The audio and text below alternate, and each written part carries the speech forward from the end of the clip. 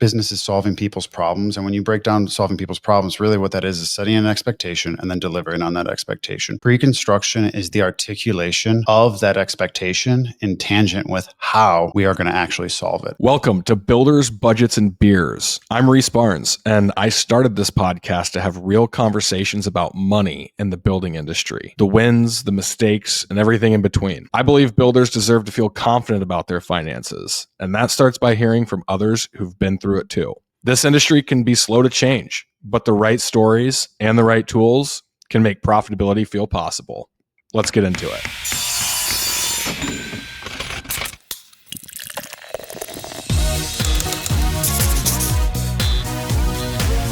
All right, mics are hot. We're live. Beautiful. Alex, thanks for jumping on, dude. For sure, man. Glad to be here. Yeah, super stoked to chat with you here. But for the listeners, give them a little background on who Alex Molkentin is. Yeah, so I'm originally from Ohio. I was part of a third generation construction company. I am the son of immigrants, and that residential company grew. But when I was at a young age, I actually broke off from it, started doing my own thing, and that kind of, I think, inevitably led to me transitioning into commercial work. And Okay. I did commercial work for 3-4 years. And I had this unique opportunity to kind of sell off parts of that company, liquidate the others. And I took a one-way ticket to New Zealand. Cool. Which was a very interesting experience there. Wait, New Zealand. What? So are you from New Zealand? You said you're immigrant. No. You're son of an immigrant. Where are you from? Germany originally. Germany. Okay. Yeah. And literally people have asked me this all the time, like, why New Zealand? Yeah. I wish I had a better answer than simply it was on the other side of the world. And I just wanted to experience something inherently different than Ohio. It's beautiful. It's like one of the, it's like, I don't even, unique, I guess is the word to explain it, but it's like one of the most insane landscapes in the world. Yeah. And just also it's a very transient place. And so inherently you're going to meet people from all over the world. And especially, I'd been to Europe a lot just because of my family, but I hadn't really experienced people from the Southern Hemisphere before. Okay. And that was not something I quite expected in New Zealand. I don't think that thought's ever ran through my head. What's the difference? I think a little bit of Latin culture. And I mean, it's actually Queenstown where I lived. I lived in Wanaka and then also Queenstown. And Queenstown, at least when I was there, I believe was the #1 tourist destination in the Southern Hemisphere. Oh, wow. And okay. So there was also a lot of expats there, a lot of people from Britain, just because of the way the visas all work. And then, of course, Australia. And Australian culture was very fun, very interesting, a learning experience nonetheless. But yeah, it was amazing, and also led to my obsession with the outdoors and endurance sports, which in turn is actually what led me to end up in Boulder, Colorado. Yeah, Boulder is definitely the. Did you do the Boulder? Wait, Boulder? No, I've never done that, and also I'm getting slow and out of shape now. I got 2 kids. I got 2 under 2 right now, so I'm hanging on for dear life in other ways. There you go. Yeah, they're taking your energy other than doing extreme sports, endurance sports. I love it. Okay, so your folks, they were contractors as well. Yeah, and your grandparents, and then why did you break off? I think. Am I asking questions? No. I've had this asked a lot of different ways, and I think it's really interesting to look back at these things in hindsight. And my father and grandfather were incredible carpenters. Cool. Built just incredible things. They actually specialized in an area called Shaker Heights, which had a bunch of older homes built by the Rockefellers and Carnegies back in like the early 1900s, that era. Wow. And so it was, my dad actually aligned really well with this historical society, which wanted to maintain the integrity of these like old hand-carved moldings and things like that. I'm sure in Boston, exactly those kinds of standards. They were incredible at that, but I wanted to run a sustainable business on top of it. Sure. I didn't want to be constantly behind the 8 ball, and I defined craft as more than just my ability to make things with only my hands. I wanted to make a company. I wanted to make a product beyond that. And I think also when you're working for, I mean, a bunch of old stubborn German men, which myself would be included in that now. It only made sense for me to break off and kind of do my own thing. But Yeah. in hindsight, it was my crash course on business. Even though I went to college for finance and economics, the true business lessons I learned were being in business for myself at I was 18. So Yeah. Dude, that's the story as old as time, right? yeah, It's like you can research whatever like case studies or business, whatever. But it's like you don't learn until you're in the trenches. yeah. The biggest lesson I learned that I was just telling my wife about the other day, after we were talking with my father a little bit about just like the stressors of business and things like that, was I do remember my father always promising to my mother like the future of a better day. Like, one day we're going to make it. One day, the business is going to really, provide for this family. You can, quit your job and we can rely on this. And the truth is that never actually happened.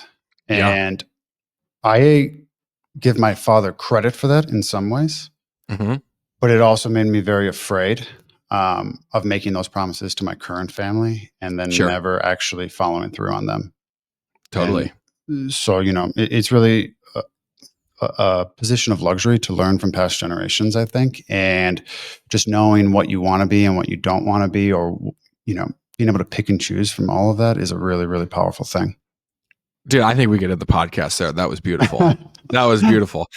Dude, I think that is, that could sum up a lot of construction companies. And I think that's why we're here today, is to talk a little bit about what you can do to make your business more of a business, right? Specifically, I wanted you on because I liked your perspective from a pre-con standpoint, which we'll dig into. But dude, I think that's great, because I think, again, there's so many individuals in this industry that have the best intentions, right? They have the intentions of a total passion towards a craft, a trade, a skill, whether it's carpentry, whether it's framing, whether it's whatever it might be. And then they inevitably get into like this business motion of like, they're passionate about their skill, and then they start to monetize it. And then they wake up one day and it's like, holy shit, I've got employees, I've got income, I've got expenses, I've got all these things that really make up the foundation of a business. And now what do I do with it? Right. And I think the fact that you are self-aware enough to respect and appreciate the failure, if that's what you want to call it, that might be the wrong word, but the lack of building a sustainable business from your dad, and it motivated the next generation. Kudos to you, because that's what this industry needs. There's such a great opportunity. The barrier of entry is so low in construction companies. The opportunity is so large, but it's like being able to run a construction company well is it takes a lot of work, and we need more people like you. Well, thank you. I appreciate that. And I will say this, that I don't think failure is a bad word. There's actually a book, I can't remember the name off the top of my head, but it just really voices it and articulates it incredibly well. But I think that the measurement of success isn't whether or not you experience failure. It's your ability to learn from it and push through and become a better version of yourself, a better version of the business. And so I would actually argue that I was just asked on my podcast because I rebranded, I relaunched this version of the company as Fernhill. It very intentionally so. And they were like, why is it as such? And the reality is that it's the failures of my past, it's the shortcomings of those before me that I was fortunate enough to learn from, and then be able to be very intentional about how I set things up now. And I think such a big part of that is pre-construction and all these things. And, even beyond that, somebody I'll give an immense amount of credit to is Nick Schiffer, who you obviously know. He said something that's just always resonated with me, that he's like, I just want to build cool shit with cool people. And because I think that this business is about connection, but I have a harsh reality that I almost left the industry as a whole. I wondered what I wanted to do. I had degrees. I have all these other avenues. I thought to myself that there's probably a lot of other industries I could arguably make more money in and not have to deal with a lot of this crap. So I then came back, though, inevitably, because I love building. It's what I'm actually passionate about. And so when I heard Nick articulate it like that, it was actually a big moment for me, because I was like, you know what? I love the people in this industry. I love building stuff. And if I'm not building the coolest stuff out there and I'm not doing it with the coolest people, I'm just going to set down everything and go do something else. So like that is the journey. That it's a sobering comment of building cool stuff with cool people, or cool shit with cool people, whatever the actual quote is. Because it's simple, right? And it's grounding. And when you really bring it back to the why are we doing things, it prevents you from sidetracking on the Yeah, business, which I think is super common, right? Because at the end of the day, you're building a product for a group of buyers, right? totally. And if what you're building isn't selling, then you can get into some pretty desperate, I guess, decision making. So when you ground yourself in simple logic and simple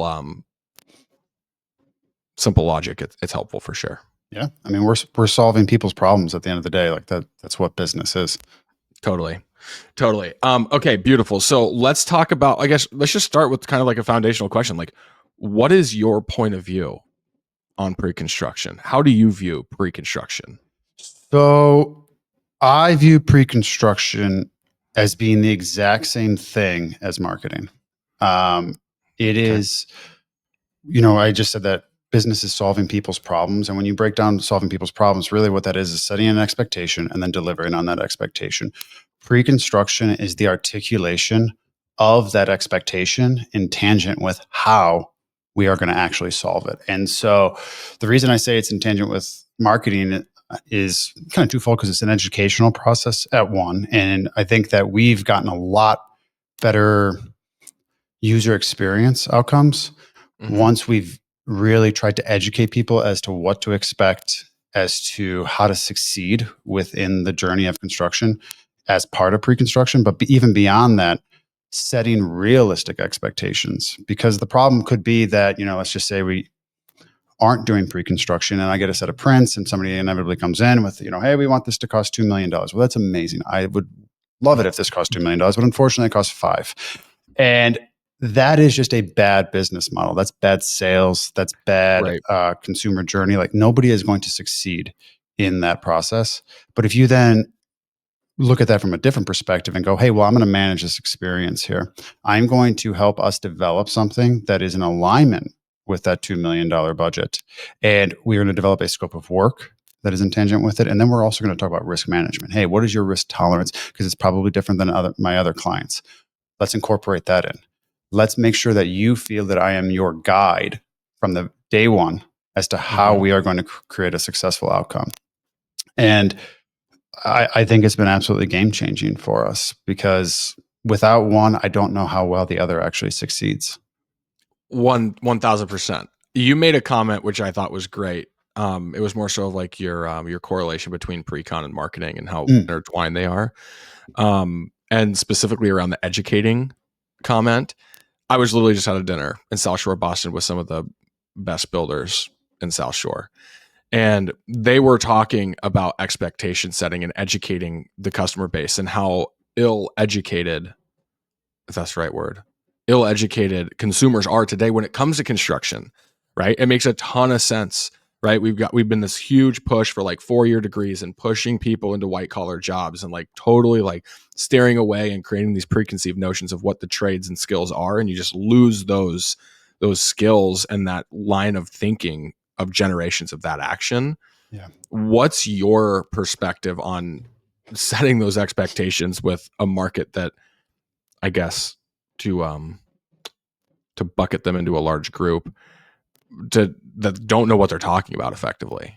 How do you set expectations with people that are so uneducated? So I've outlined the consumer journey within those confines a little bit, that you have to kind of define the product beyond just simply like build a house, build a pretty house, build a designer award-winning house. Like those things are incredibly complicated and accordingly can differentiate. So one thing that we really try to do, especially here in Boulder, the energy code requirements are on average 30 to 40% higher than the rest of the country here. Yep. And so we get a lot of commentary at like the very early meetings about, wow, this used to cost, we built a house before and it was, $600 a square foot. Now you're telling me $900, $1,000 a square foot as a starting point. And it's like, well, while both might be houses, they're not the same product. This one's being done with like air tightness factors, all these other, ERVs, like all these things. They are not the same. Like, yes, they Yep. have walls, a roof, things like that. And so, number one, getting people to understand that is a really, really important thing, because it's going to start to create they're going to disassociate with the things of the past. But then beyond that, what we try to articulate is that there's expectations that come along with what you want the experience to be like. We can have this experience be that you have to micromanage every single part of this, and life is going to be overtaken and things like that. That's one possible pursuit for you. If that's the case, we are probably not a good fit for you, and that is okay. But if you want a high level of management, a very stress-free is what we're always striving for experience, because with all the information that we have, all the SOPs, all of the risk management approaches that we utilize, you are going to kind of have this binary process where 0 is where you start and 1 is where you end. There is a cost associated with that. And if you want that experience, the same way when you go out to a restaurant and you want fine dining, you expect that to have a cost associated with it. We are now going to do our best to articulate to you what that experience is going to cost. And I think that combining those two things, it helps to set an expectation that is at least closer to what the reality of pricing is. Totally. I love it. And I think, like, even just your example of like the fine dining example is like, I'm not like a Michelin star guy, because like, frankly, I don't like appreciate that stuff. Yeah. Right. So, and it's like, and that, like, just relating that back to building is like, you might have someone that wants to build an air quote custom home, but then when they get into a conversation with Fernhill and they start going through this process, they might be like, I don't care if the ERV is filtering in X cubic, whatever, of fresh air into my home and it's airtight. It's like, I might, like, at that point, I'm understanding that I might have bitten off more than I can chew, and that paying $500 for a dinner isn't worth it for me. Yeah. Right. Yeah. So I think like that, like even like in a pre-con in relation to marketing, it makes a ton of sense, right? Because like you're effectively like they're entering your funnel, right? And at that point is like, how qualified can I get these individuals to be? And I do that through education. Is that fair? Oh, 100%. And I actually, on my podcast, I've interviewed a lot of architects, probably disproportionately so than other builders or tradespeople. And I would say that almost all of them have talked about the fatigue element that clients inevitably go through from the start to the finish. Like, it could be selection fatigue, design fatigue, even just getting too many bills fatigue. Yep. And managing that is such an important thing. So something I don't know if we've necessarily settled on an approach, but we definitely have gone back and forth, which I think is just a commentary on how complicated it is. How much information is the correct amount of information for a client to be receiving in like these cohesive documents? And so for us, even in initial pricing sets, I'm like, our budgets for a custom home can be 300, 500 line items very easily. I don't think it is a reasonable expectation for somebody to go through a 500 line item budget and then walk away with a accurate reflection of where their project sits or what's driving costs or what's disproportionately affecting the end budgets as opposed to other things. So what we try to do is actually tier that system for them and give them a digestible amount. And it's the same thing even in the pre-con process. We used to have it be that it was like 10, 15 stages to this construction thing. And what we really want to ask people is, what do they want this experience to be? Because, if we maintain that position as the guide and let them articulate to us what they want it to be, we can then facilitate the correct amount of information to be given to them and also articulate to them, hey, this is what we're going to be doing behind the scenes. If you want to be involved in this, by all means, we can schedule these meetings and involve you. But just so you know, as long as we know where you stand as a whole, like for the ethos, of this project, let us advocate for you. Let us get you to this next phase, and then come join us and participate. 1000%. I think it's great. And just like in terms of the guide, it's like they want to know the lefts and rights, right? They want to know how to like navigate to the trail. They don't need to know like, watch out for this rock here and like step up over that. Like they just want to like be like, they want that person in the front navigating that. They're following behind and getting to where they want to go. Yeah. I literally had a phone call with some clients on a project that we're currently in construction for, where they just were like, Alex, you have to do me a favor. I cannot select another light fixture. Just cannot do it. We are just going bonkers. We didn't know that there were so many light fixtures we could put in a closet. I'm like, yeah, there's a lot. And they're like, just please just put the submittal package together and just get us close to where it is. And if we have to change one or two things, fine, we'll do it. But I just can't look at another light fixture. Yeah. I completely understand. These are people that have a family, people that have jobs. That's how they're paying for the darn thing. Like, yeah. They don't want to be doing this. Like, they are trusting the design team and myself to advocate for them and be like, hey, we know basically where they want to sit. Let's do our best to get them as close to that as possible. And if they want to become part of the process to change that slightly in this direction or the other, they have that agency. Totally. 100%. Okay. So I certainly want to keep going down this path, but I do want to make a comment on, you'd mentioned that as of recently, I can't remember the exact messaging, but you basically alluded to like, this has been a newer concept and it has like changed your business. Yeah. Well, I would say that it's been a newer process that I've articulated it as pre-construction. The reality is that even my grandfather always did it. Sure. He didn't do it as a form of marketing per se, but he was doing his own shop drawings back in the day by hand. My dad did the same.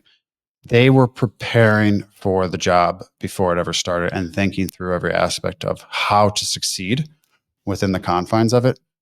And I learned that from them. I just took it to the level unintentionally. And I think it was because of my experience in commercial, frankly, which pre-construction was a term there, obviously. Totally. To where it was advocating for the business side of things equally as the constructability methods. And I forget the gentleman's name, Schroeder. I believe is his last name. He's actually a scheduling consultant in the commercial world. He said something that really, really made me make a change. He said that you can never allow for the design of a project to progress beyond your ability to understand it from a constructability, budgeting, or scheduling standpoint. And so I actually articulate that to the clients as being my role in pre-construction. And so once I found that out, it just defined the scope of work so clearly that it actually informed our contracts. It informed all the, like, how we bill for it all and things like that. Yeah. And so once we figured that out, it changed a lot for us. And I would even say that it changed the clients that we ended up aligning with dramatically so overnight. Totally. What are some of the some of the biggest wins, outcomes of this, like specifically? Because like I think it's very appealing, right? It makes a ton of sense based on like how this like effectively is in a, like, there's a qualifying component, right? From a marketing standpoint, there's an expectation setting standpoint, which is going to inevitably impact the rest of the build. But like, what are some of the specific examples? It could be good example or positive examples or negative examples of this, of your world in pre-con. So I would say that the biggest wins are just being able to deliver on what the expectation that we've set is. Because part of our sales process is being like, hey, here's tons of data sets where I show you that our average is about 4% on our originally estimated cost of completion. Like, I take immense pride in that. But in order for us to do that, I have to articulate what scope is currently, and then also be able to articulate to you throughout the construction process what is a change in scope, because those numbers could not convey accurately what my role is and everything. And so when I convey that to people and the end outcome is like, wow, Alex said he was going to be 4% on budget, and then we're at 4.2%. That right there is us delivering on the promise that we made to them. They budgeted for their family life, all these other things, and now they're happy to produce, pass our name on to the next client or whatever it might be. I would say that is the biggest win. I would say that the shortcomings that were part of that process were actually when we came short on articulating expansions of scope versus just the estimated cost of completion, which I think is a trap of cost plus, frankly. But because that could look in turn at the end of us not delivering, it could be like, wow, we're 18% over budget. I'm like, yeah, but you just added $400,000 in additional scope. That's not. I can't be expected to be more efficient at my process as a result of that. It's moving the goalpost, Yeah. effectively. Right. And I keep going back to this dinner that I had in South Shore, but this conversation got brought up is like, I'm personally, again, having never run a construction company, I think cost plus makes a ton of sense, right? I understand fixed price and the benefits of it. And the pre-con is obviously very tightly associated with fixed price. That's not to say that cost plus builders are not doing pre-con, right? But how does, I just don't understand how this $400,000 scope change happens and clients are even are even remotely close to having an opinion of you pulled the rug on me. I just don't get it. How does that happen? And from an expectation standpoint, it's a very simple expectation to set. I'd feel like it's like, you want to add this, great. Here's the cost. Yeah. Sign the change order. We're in. We're moving. Totally. I don't know if I have the clear answer to that, but somebody who I have immense respect for, Harvey Hine of HMH Architecture, who I've done several projects with, he was actually on my podcast and we talked about something similar. And his response was that at the end of the day, we all hear what we want to hear. And when you think that in business, in order for, you asked, how does this happen? Saying no to people is inherently harder than just being in the business of saying yes. And I think that far too often it's easier for people to kick the can down the line in terms of like, well, yes, you can have this additional wing with 4 bathrooms in it. Why, yes. Somebody may or may not know that that's going to just blow budgets out of the water over the originally, set price of everything. But far too often it's left to the contractor to be the one to articulate, well, this is not in alignment with the expectations that we set. If we want that, we have to shift the goalposts, like you said.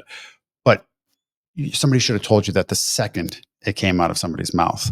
And when that doesn't happen, I think it's really easy for people to become emotionally attached to things. And I mean, that right there is actually an articulation of why we're cost plus, not fixed price. Like we utilize Procore as a project management software. And so we actually approach our documentation methods as if it's fixed price, even though we're cost plus. The reason I'm cost plus is because of the inherently emotional journey that is residential construction. Like there is no way around that. And, I think the better we can recognize that people have these emotional connections to their home, to the biggest investment of their life, you also then realize that there's going to be these moments where logic gets separated from, the actual process itself or the decision making. Totally. I think that's probably the biggest takeaway. I mean, do you have that like SOP'd out in your team? Like, I imagine just like a client working with a project manager and they're like doing a site walk and they're like, well, Becky, she had her, glass of red the other night. She was on Pinterest and she was looking at this and X, Y, and Z, and she saw this on Instagram and we'd really like to do this. Like, is the SOP for the project manager to be like, we can 1000% have that conversation. Let's go over budget. Let's go over what we had discussed initially. Let's do it. Is that a part of your move? Is that ridiculous to bake in? How do you do it? So it's actually fascinating that you bring this up. I was meeting with some prospective architects on one of our job sites yesterday, and we were just talking about pain points. And one of the biggest pain points that they said is that they have a client currently complaining that the budget's just gone up so much. And it was literally this exact same situation. Well, it's like, well, yeah. Was she drinking red or white? Who knows? It might have been, from what I heard, it might have been both. But so the system that I have set up within Procore is that we have separated budget changes from change orders. A change order is a change in scope. A budget change is a change in my estimated cost to complete an asserted scope of work. So in other words, if I think that, hey, we're building, let's just say, the cost to install these cabinets. If I think that for some reason, the exact same scope of work, the cost went up for some reason, I would articulate that as being a budget change. It's a change in the estimated cost of completion. But now if you add, 14 walnut cabinets on the other wall, I will do that in a signed change order to the client. And what that actually does for me within the budgets is it's separate. It gives me 2 separate columns, and it goes owner asserted change, scope changes shows up as signed change orders, and then budget changes, which I'm able to articulate as a changes in estimated cost of completion is a completely separate column. And that's the column that I actually care about. And I am constantly trying to have the PMs, superintendents, myself at every single meeting, they need to be pointing out that column as being separate from the other column. And because what that's going to do is create a sense of responsibility in that, hey, I'm responsible for this column. It is my job and my responsibility to inform you of your responsibility towards that other column. Totally. Okay. So by separating it effectively into like a customer change and a builder change. Yeah. Gives you the autonomy. And then, so you're focusing mainly on the budget, on the builder change column. Well, what I want to articulate to the client is that I can control that. Yeah. You can't have the expectation that, like, you're not paying me to control you. I can, inform you as well as possible, but I don't think that you want me telling you what to do. Truth be told, I have had clients that literally do want that. But at the end of the day, if they want that and they sign the change order and they want to pay for it, that is completely their prerogative. I just want to make sure that they have the information and an accurate expectation in order to do that from an informed position. Totally. I mean, this is like getting into a path of like tracking financials effectively. I mean, that to me sounds like the backbone of being able to run solid pre-construction. Oh, 100%. It's all 100%. About data capture, all about it. Because without the data capture, I don't have the informed perspective for myself to articulate expectation to clients.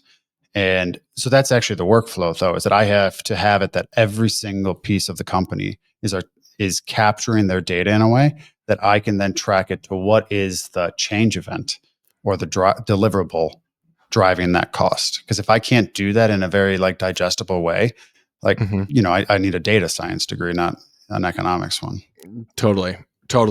Well, and I think I was doing another podcast with a builder out of Lincoln, Nebraska, and he brought up a very similar conversation. His was along the lines of like they were doing like an addition right on a house or something, and then they needed, like, the client was obviously living there. It was like a renovation addition, and they're like, hey, like, you're already here, like, we actually need new stairs up to our deck, like, can you do that? And he was just like, on the job site, said like, yep, of course, sure. And then after he'd agreed to it, he had gone back and he had looked and he was like, that's actually chewing through like a significant amount of margin that I just like totally just charitably handed over. Yeah. Right. And it's like, without this information, without the data, without tracking it, that's where you can go sideways on pre-con. You can have all the conversations and expectation setting in the world, but if you're not reviewing what's actually happening, it can be a cluster. Well, to bring this back to pre-construction being an educational platform as well, we go over in some of the documentation we provide. So in Procore specifically, there's cost ROMs, range of magnitude. We educate them as to what we set forth to you on a change order is a range of magnitude expectation. In other words, this is what we are asserting we think it is going to cost. But in these incredibly complicated projects, how am I supposed to articulate to you the critical path effects, 17 line, schedule line items down the road? Like, we just don't know. And so what I'm going to do is I'm going to take certain factors from historical data, try to set an expectation for you. And that's going to be the ROM. That number can still go up or down, because if you start having people treating that as a fixed number, you might as well be fixed cost, and then you're probably going to give a different, margin to begin with. Totally. I think that's that range of magnitude is important.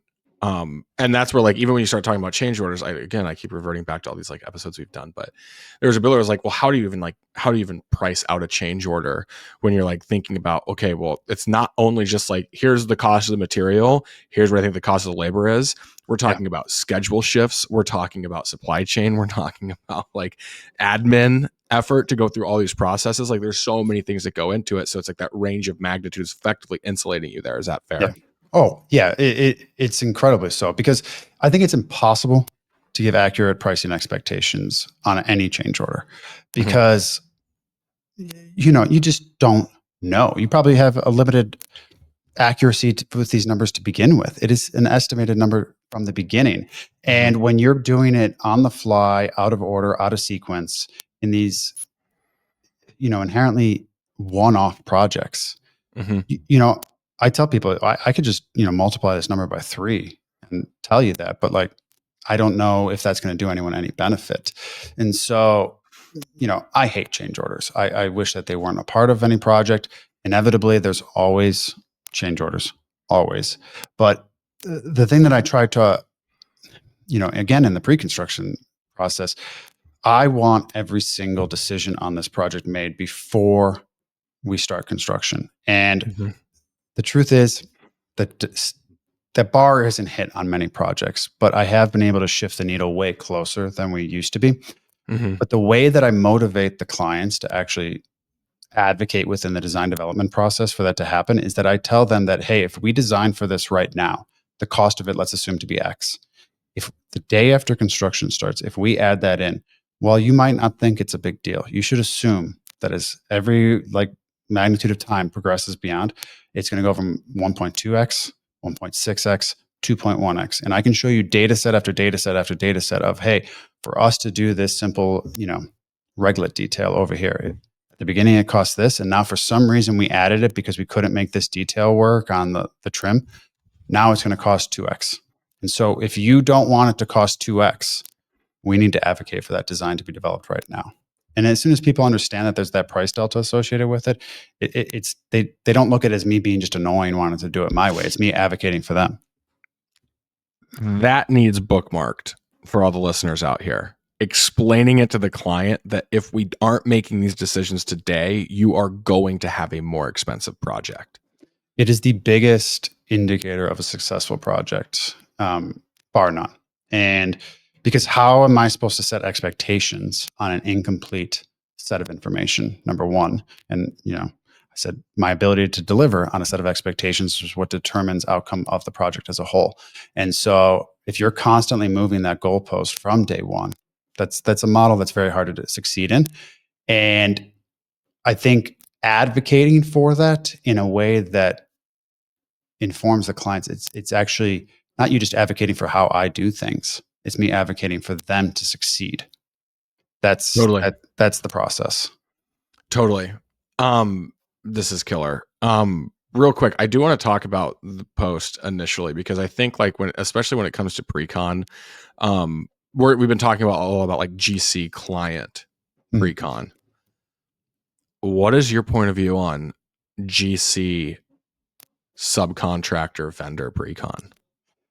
So we literally articulate to people, we've, especially since I've been hosting some marketing events and developing a little bit of I call it like a maker community here in the Front Range. Love it. I've had more and more trades reaching out to us, and I simply set the expectation that the trades we align with best require participation in the pre-construction process. It is a non-negotiable for us.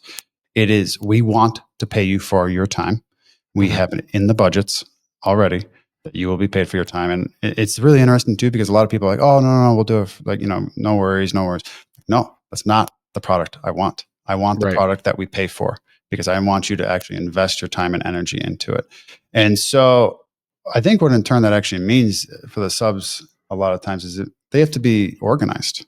They have to be able to articulate what's driving their costs and whatnot. I have a framer right now who I will give him a shout out, Raisin Sons Construction. He is a really, really good trade partner. And the truth of the matter is that he's learning on how to have a high level of delivery.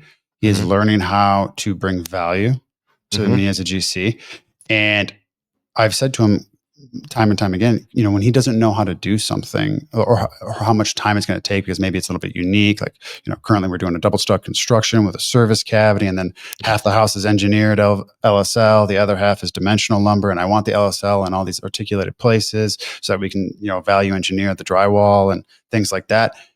If he doesn't know that, tell me that. And what we will do is sit down together, work through the drawings, create expectations on time as a measurement, and then have allowances so that he makes sure that he's covered. And then the next one, if he wants to articulate as a fixed number or something like that, but let's capture the numbers together.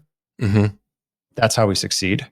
And it's the trade partners that go, yes, let's do that we want to be teaming up with.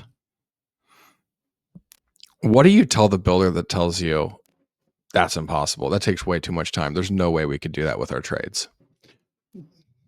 Hold my beer. Oh my dude. I'm just saying, I'm like, it makes so much sense. That is bettering the community, right? Yeah. It's not just sitting here and being like, there's no one out here who can do the goddamn work anymore. No one wants to have work. No one has the skills, blah, blah, blah. It's like, well, dude, you know what you want, right? You want the LSL and the exposed and the value engineered. I'm not that guy. Yeah. But you are, right? You know it. And if you're working with someone who's got the fundamental skill that you're building a relationship with that you believe can do it, you want to build that relationship for that conversation to be had. And now you are effectively building up a subcontractor that's going to be more valuable for you in the future because this time spent has been educating them to deliver the work you want to deliver. I want them to make money.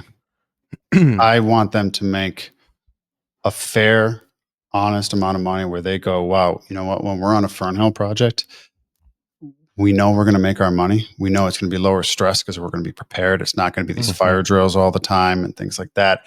We are going to know that if we've articulated a scope of work that we won't have to have these arguments as to hey, is this a change order? Is this not? We've already done that work. That confidence factor means that, you know, when we advocate for them, we also have this expectation that they then advocate for us because, you know, we need their help and we are at the mercy of their ability to deliver. And it's incredibly, incredibly important because the other end of that too is I actually get, I think, more annoyed when new trade part or potential trade partners will come in and say, just toss out a giant number because they just looked at it and they're like, wow, this is complicated and things like that. And I'm like, I know it could cost that, but that's actually not the product that I'm selling. I'm selling that we are going to set as realistic an expectation as to what it's going to cost and then articulate the risk associated with it so that I can inform the design being developed and they can maximize their dollar being spent, how the client best sees. Because if we just, you know, say the trim budget and we look at it and we're like, wow, this is crazy complicated. We haven't really thought it through. We're going to say $350,000 budget. But now maybe they don't go for the same lighting details that they would have otherwise. And now it's like, well, hey, we just developed a more efficient way of doing this. The budget's now at $250,000. They could have had that. And now that's a change order, which is going against the product that I am selling to the client. So it is really, really important that I, you know, and truth be told, I don't hold that against a lot of trade partners because I don't think that they have that experience on a repeat basis always. You know, if they don't say that big number, then they're constantly trying to have somebody else drive their number down, and then they get down to that 250 or whatever it is inevitably. And that's not the model that we take. So I have to take responsibility and inform them of that so that they feel confident in telling me a more accurate number. But it's like, hey, if I'm selling the client that we are going to do pricing exercises to maximize your dollar being spent within the design, that has to start with my trade partners. It has to. Totally. I thought this was a great episode, Alex. I thought there were several massive takeaways for the audience. Two things. First, is there anything else regarding pre-con that we may not have talked about, or do you think it's like massively important in terms of how builders view and execute pre-construction? I think the other side of it that I would say spend the equal amount of time thinking about is how to make it a value add to the design teams and educating the design professionals in the area. And I think that's inevitably in the high-end markets a known thing, but I think it's slowly trickling down and probably too slow at that. But that's the only thing I did. So educating the design side, effectively what I'm thinking is, and how I maybe less politically correct say it is like you could design one thing, but then the actual execution of building it is completely a different thing. Yeah. And also I equate it to what if somebody could design in a way that they knew it was always realistic and you weren't constantly having to go one step forward, two steps back, two steps forward, one step back. What if it was a more linear process? Would that make a design team more professional? Would that increase your ability to deliver on the expectations that you're setting? Because if so, I can help you do that. I have these standard operating procedures. I have these data sets that we capture that could do those pricing exercises as a relatively small investment. Like, yes, of course we charge for it, but it is not going to blow the design development budgets out of the water or anything like that. It's just simply meant to be a value add where we can help inform your process. Totally. I love it. That's great. The second piece of my question, where do builders find you so they can follow you along and get more Alex content? Yeah. So on Instagram, Built by Fernhill is the tag name. Is that what it's called? Handle, I think is what they're called. Handle. Okay. Yeah. You should know that. The YouTube I channel. learned it like a few weeks ago, so don't worry about it. Yeah. I am getting a crash course in all this media stuff. We are launching the YouTube channel here. Okay. That's in the works. That will be Built by Fernhill as well. I also have a podcast called The Build Project where the big component of that is just trying to really create a community of makers and articulating the perspective of not only local architects, but also, I say this a bunch, that a big goal of mine is to also interview the people sweeping floors on our projects because they have some element of value that would only elevate the end project. And I think that the stories all of us have, the trajectory that makes these beautiful homes, makes these beautiful spaces is just such an important human element. And so the Build Project, that's my podcast. And yeah. Okay, beautiful. So Instagram, Built by Fernhill. Built by Fernhill. Built by Fernhill. BUILT by Fernhill. FERNHILL. Love it. Podcast. The Build Project. The Build Project. And there's a third one. YouTube is Built by Fernhill as well. LinkedIn is Alex Molkentin, and then also Fernhill Construction. He's all over the place. If you guys need to follow Alex, just DM me. I'll be happy to get you in touch. But no, Alex, this was great. This is great. You're a wealth of knowledge, dude. Very well spoken. A lot of really tactical takeaways here. Well, I'm excited to interview you now. So, dude, I don't know how that's going to work. I've done several podcasts. I feel like I might be a tough guest. You might have to do some digging, some discovery. But no, I'm super excited to jump on your show. I'm an open book. Appreciate it, man. Cool, dude. Well, I'll let you get back to it. Appreciate you taking the time. Sounds good. All right. See ya.